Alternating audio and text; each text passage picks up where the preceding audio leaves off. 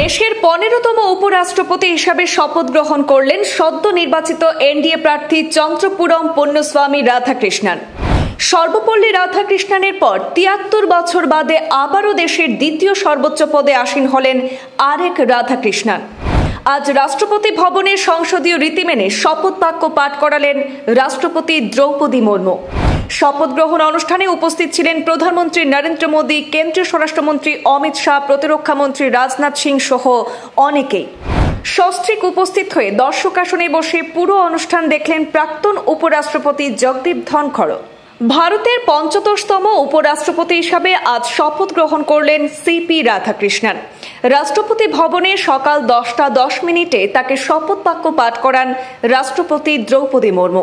শপথ গ্রহণ অনুষ্ঠানে উপস্থিত ছিলেন প্রধানমন্ত্রী নরেন্দ্র মোদী, কেন্দ্রীয় স্বরাষ্ট্রমন্ত্রী অমিত শাহ, প্রতিরক্ষা মন্ত্রী রাজনাথ সিং সহ অন্যান্যরাও। সস্ত্রীক উপস্থিত ছিলেন প্রাক্তন উপরাষ্ট্রপতি জগদীপ ধনখড়। গত 21 জুলাই উপরাষ্ট্রপতি পদ থেকে ইস্তফা দেওয়ার পর এই প্রথম জনসমক্ষে দেখা গেল প্রাক্তন উপরাষ্ট্রপতি ধনখড়কে। 5 বছরের মেয়াদ শেষ হওয়ার আগেই ধনখড় হঠাৎ পদত্যাগ করায় উপরাষ্ট্রপতি নির্বাচন অবশ্যম্ভাবী হয়ে পড়েছিল। গত মঙ্গলবার উপরাষ্ট্রপতি নির্বাচনে প্রতিদ্বন্দ্বিতা করেন এনডিএ সমর্থিত প্রার্থী তথা মহারাষ্ট্রের প্রাক্তন রাজ্যপাল রাধাকৃষ্ণন এবং বিরোধী জোট ইন্ডিয়া সমর্থিত প্রার্থী তথা সুপ্রিম কোর্টের অবসরপ্রাপ্ত বিচারপতি বি সুদর্শন রেড্ডি। ইন্ডিয়া জোটের প্রার্থী বি সুদর্শন রেড্ডিকে 152টি ভোটে হারিয়ে ভারতের নতুন উপরাষ্ট্রপতি হিসাবে নির্বাচিত হন সিপি রাধাকৃষ্ণন।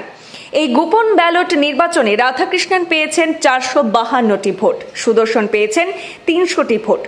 ফলাফলের এই অঙ্ক নিয়ে শুরু থেকেই চর্চা। ইন্ডিয়া জোটের অন্দর থেকেই যে ক্রস ভোটিং হয়েছে এই নিয়ে কোনো সন্দেহ নেই একাংশের বিশেষজ্ঞদের মনে।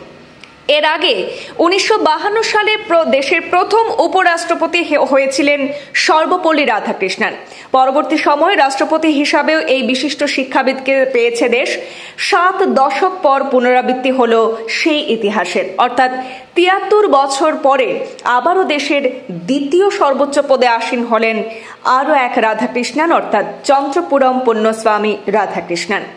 প্রধানমন্ত্রী নরেন্দ্র মোদী, কেন্দ্রীয় স্বরাষ্ট্রমন্ত্রী অমিত শাহ সহ কেন্দ্রীয় মন্ত্রিসভার একাধিক সদস্য এই শপথ গ্রহণ অনুষ্ঠানে হাজির ছিলেন।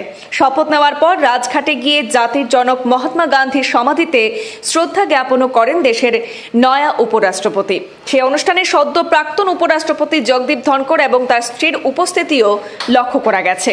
তবে উপরাষ্ট্রপতি নির্বাচন থেকে শপথ গ্রহণ প্রতি মুহূর্তে যেন নতুন মোড়। সিপি রাধাকৃষ্ণন শপথ গ্রহণের সময় দূরে নাইডুদের সঙ্গে বসে থাকতে দেখা গেল প্রাক্তন উপরাষ্ট্রপতি জগদীপ ধনখড়কে। বাদল অধিবেশনের প্রথম দিনে ইস্তফা দেওয়ার পর এই প্রথমবার জনসম্মুখে দেখা গেল জগদীপ ধনখড়কে। প্রসঙ্গত, তামিলনাড়ু বিজেপির অন্যতম বড় নেতা হচ্ছেন সিপি রাধাকৃষ্ণন। রাজ্য বিজেপিতে তার মর্যাদা এবং তৃণমূল স্তরের প্রভাবের কারণে সিপি রাধাকৃষ্ণনকে তামিলনাড়ুর মোদিও বলা হয়।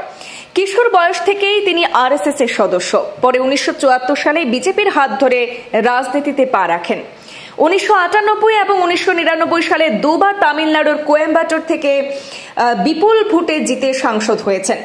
বস্ত্র সংক্রান্ত সংসদীয় স্থায়ী কমিটির চেয়ারম্যান, পিএসইউ কমিটি এবং অর্থ পরামর্শদাতা কমিটির সদস্যও ছিলেন। 2023 সালের 18 ফেব্রুয়ারি রাধাকৃষ্ণনকে ঝাড়খণ্ডের রাজ্যপাল হিসাবে নিযুক্ত করে কেন্দ্রীয় সরকার। 2024 সালের জুলাই পর্যন্ত তিনি ওই পদে ছিলেন। এই সময় তাকে তেলেঙ্গানার রাজ্যপাল এবং পুদুচেরির উপরাজ্যপালের অতিরিক্ত দায়িত্বও দেওয়া হয়েছে এবং এখন তিনি দেশের দ্বিতীয় সর্বোচ্চ পদে আসীন হয়ে এবার দেশের উপরাষ্ট্রপতির পদমর্যাদায় বসেছেন। এবার তিনি উপরাষ্ট্রপতি হয়ে দেশের দ্বিতীয় সর্বোচ্চ পদে আসীন হয়ে সেই দায়িত্ব পালন করবেন সিপি রাধাকৃষ্ণন।